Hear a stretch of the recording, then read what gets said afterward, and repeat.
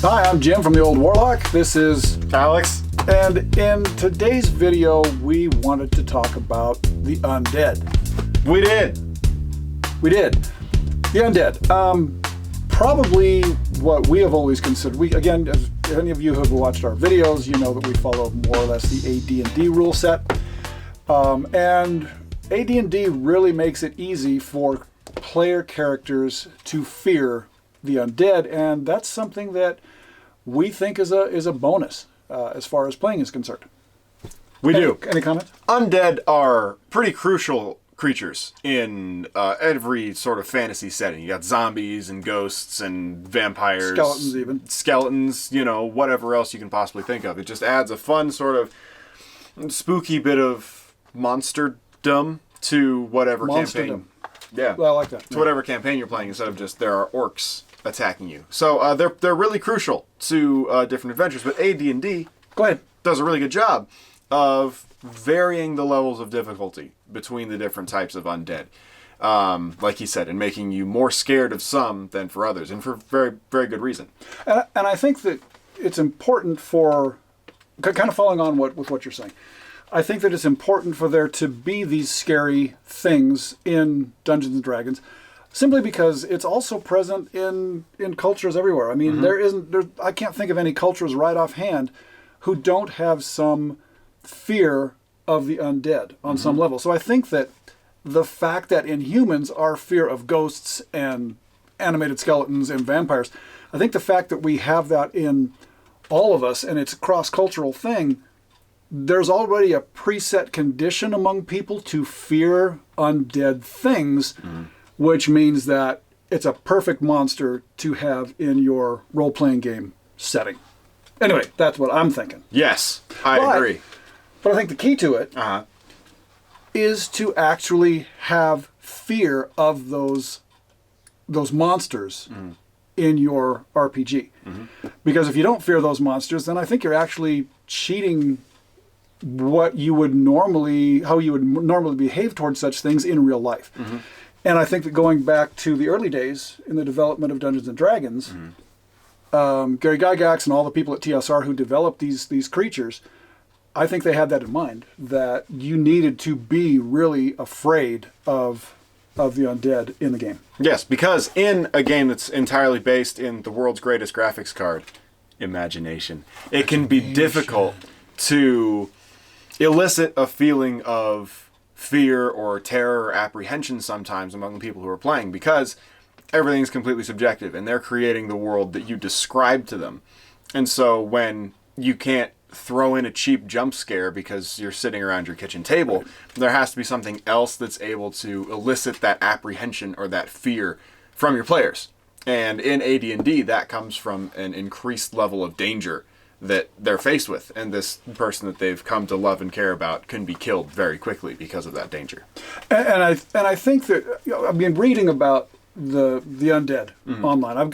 We go through message boards from time to time when we don't have anything better to do. We never have anything better to do. We really don't. But so in essence, we spend a fair amount of time going through message boards. But there's a lot of discussion. The deeper you go into the subject of undead in Dungeons and Dragons, there's a lot of discussion about the various abilities of the undead. And I would say that most people, at least most of the things that I've read, there's a real dislike of the advanced Dungeons and Dragons undead, especially the more powerful ones. And it's primarily because of the fact that they can drain levels. And I'm actually on the opposite side of that coin. I think that these monsters being able to drain levels, and I'm talking about the vampire here, I'm talking about the white, primarily, the fact that they can drain levels from a character, I think that's a good thing, as both a player and a DM.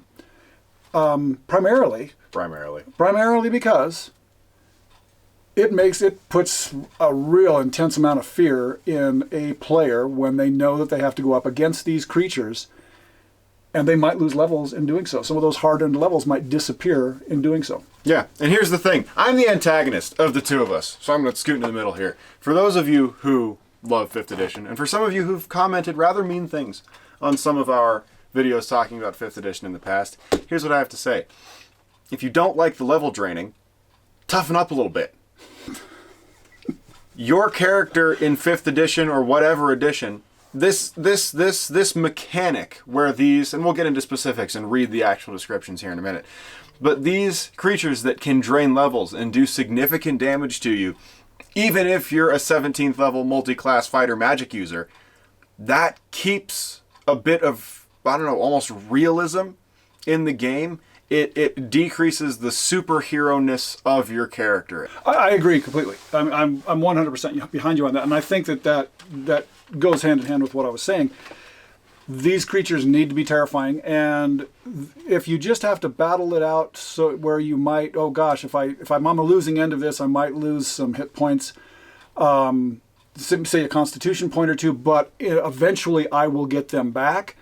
That doesn't equate to actually knowing that if you go up and you just get hit once by an undead, by a vampire or a similar undead like the white, if you just get hit once and you're going to lose 2 levels, that's a terrifying thing. And is it mean? Is it without structure? I don't believe that it's without structure, but I do believe that it's mean.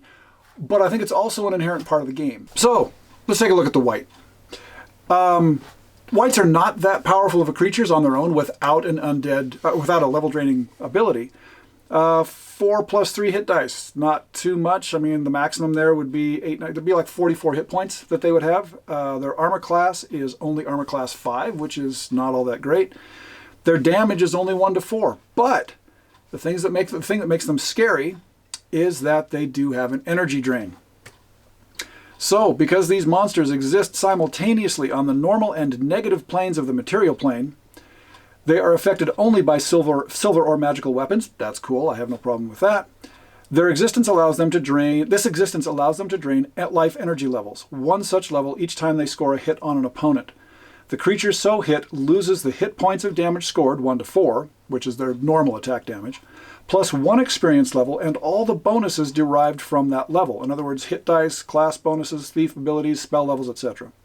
A 9th level magic user struck by a white loses 1 to 4 hit points from the white itself and then becomes an 8th level magic user. He has the spells and hit points of an 8th level magic user, and he engages in combat as an 8th level character at that point in time.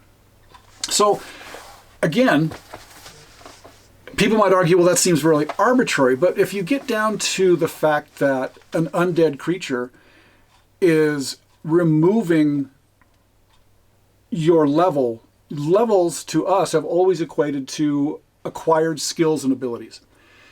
And it's not just you're a better fighter and you have more hit points and can absorb more damage. That's really not the case. What a level represents is your progression in your chosen field, if you will. Mm-hmm. You get attacked by a white and it does damage to you psychologically and mentally. Suddenly you don't have the same ability you had before in terms of your ability to move, your ability to cast spells, your ability to remember. If you want to make some kind of a comparison, in 5th edition, what's it called? Necrotic Damage? Mm-hmm. The description for Necrotic Damage says that it, like the damage might even do damage to your soul or something like that. And that's kind of one of the ways that we're looking at this almost. As well, yeah, I agree. These undead, unholy, evil creatures are touching you and doing damage to you, and through the magic of their unholiness, they're doing damage not necessarily just physically to you, but also to you as an individual and as a person. Yeah. Like he said, none of these undead do massive amounts of physical hit points damage, but they're still dangerous in other ways. Right. In fact, I think they're dangerous they're more dangerous in another way. Yeah. But again, coming back to what we normally talk about in these videos, we are of the mindset that things have to be dangerous in order to get the best role-playing experience. Mm-hmm. And when you know as a character, you're going across the wilderness, you're trying to get from point A to point B, and you know that there is a vampire in a particular area, you have 2 choices, really. You can go and try and attack it, or you can try and get around it. And the best thing to do is try and get around it. That's where the role-playing comes in. It's not just, let's see who has the bigger weapon and can do more damage, me or that creature over there, because you know that if you go up against that creature, you're really risking losing a lot of hard-earned experience points. And to us, that fear, you come across a white someplace or some other level-draining creature, you come across that anywhere, you're going to think twice and you're going to think hard about your decision-making process involving that situation. Much harder than you would if you were just worried about temporarily losing some hit points or levels. Then similarly to the white, but more powerful, there's also the vampire. Under the vampire, there's a description. If a vampire scores a hit upon an opponent, its powerful blow causes 5 to 10 points of damage, which isn't nothing. Yeah, it's not bad. And its powerful negative force drains 2 life energy levels from the victim, complete with corresponding losses in hit dice, ability level, attack level, etc. So basically, the big difference between the vampire in AD&D and the vampire in 5th edition is just this. Other than that, basically they have the same general broad abilities that they can do, but without the threat of the level drain in 5th edition. And that's what makes it scary. Other than that, it's just kind of an undead thing that is not easy to kill, but can cast a couple spells and then turn into a gas and leave if you do too much damage. But this way, if somebody comes to you and says, hey, I'll give you 1,000 gold pieces if you go and kill this vampire, that's something you have to put a lot of thought into, and it's not an easy, easy, let's go everybody, let's go fight the vampire, because you're going to win if you're a high enough level and you're just fighting something physically. But with this threat, it's something that's really dangerous, and it mirrors almost the fear and the mythology surrounding vampires in just regular everyday life. Yeah. You know, the myths surrounding it, they're scary things, and this is something that can reinforce and interpret that myth and that fear in Dungeons & Dragons. I agree. I think that's a very good way to put it. So that's our point of view on level draining undead. I know we kind of wandered a little bit on that whole discussion, but we're just so passionate. We really are, and but it is a broad topic, and it's something that a lot of people feel pretty passionately about. If you have any comments on battling the undead, whether or not you think that they should be able to drain levels or not, let us know, and we'll see you in the next video. See you in the next video.